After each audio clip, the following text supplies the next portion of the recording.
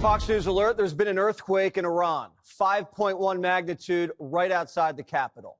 But the war isn't slowing down. The USS Nimitz carrier strike group arrives in the region this weekend, doubling the number of aircraft carriers there. Trump telling reporters that 2 weeks isn't a deadline. Anything could happen before then. Does Iran have 2 weeks, or could you strike before that? Are you essentially giving them a 2-week timeline? I'm giving them a period of time. We're going to see what that period of time is, but I'm giving them a period of time, and I would say 2 weeks would be the maximum. This period of time gives Trump more military options as he moves more assets into place. It could also be a setup for a surprise attack. And it lets Israel soften up Iranian targets and suppress their capacity to retaliate if Trump does decide to join the offensive. Continued Israeli bombardment could pressure the Iranians to sign away their nuke program. Trump's hoping that's the case. Today, Iranian negotiators met with European diplomats in Switzerland, but there was no breakthrough. The regime continues to insist on enrichment. Trump says negotiations with the Europeans, waste of time. Did the Europeans help at all in talking with the Iranians? No, they didn't help. No.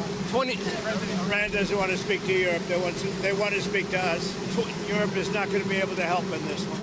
Iranian negotiators are saying they'll only meet with the United States if Israel stops its airstrikes. But Trump has already said, we're not interested in a ceasefire. We want a solution. And the Israeli airstrikes have been very effective. Would you support Iran being able to have civilian nuclear energy capabilities up to 3.76%? You know, they're sitting on the top of one of the largest piles of oil in the world. I just don't know why they need that for civilian work. You know, it's one thing for certain countries to say, hey, I want to have a certain amount where I can go nuclear a little bit because we need it for electricity, we need it for air conditioners, etc. But when you're sitting on one of the largest oil piles anywhere in the world, it's a little bit hard to see why you need that. The march to war was picking up speed, and the 2-week window takes the pressure off and gives Trump control of the timeline, not Netanyahu.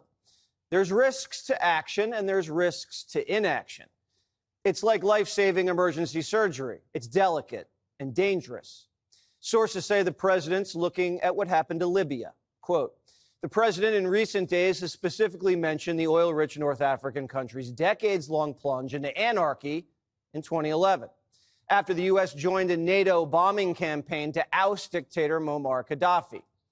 Gaddafi saw America topple Saddam over WMDs, so he got rid of his program voluntarily, thinking it would save him from an invasion. But Obama, Hillary, and the Europeans exploited the vulnerability, launched airstrikes, and Gaddafi was brutally murdered by the Arab street. Libya is now a failed state. It's run by militias and terrorists. And Europe had to absorb waves of refugees. Air campaigns aren't always successful. Look at North Vietnam. Look at Kosovo. They're attractive because they limit casualties, but Trump's ruled out boots on the ground. Is an aerial campaign in Iran enough, or do you need ground forces? Well, I'm not going to talk about ground forces. The last thing you want to do is ground forces. Iran's mountains and deserts create a natural fortress, and any ground assault would be a death wish. If the Ayatollah's taking out in an airstrike or a coup, there's no natural opposition group to seize power. Those in charge will be men with guns, and they will try to bring back some sort of clerical leadership because, after all, this is an Islamic republic. If the supreme leader were toppled and foreign enemies sought to foment public unrest by bombarding the country, enforcing a no-fly zone and applying economic pressure, as they did against Saddam Hussein's Iraq in the 90s, the Guard would use brute force to maintain power. This is the reason Trump and his team have been working around the clock to reach a deal behind the scenes. 47 knows if you snuff out the Ayatollah without planning for the aftermath, he owns what happens next. President, are you concerned that Iran or its proxies would wage terror attacks against American targets abroad if you order military action? We're always concerned about that, and we have to take them out and be very strong. You're even in danger talking to me right now. Do you know that?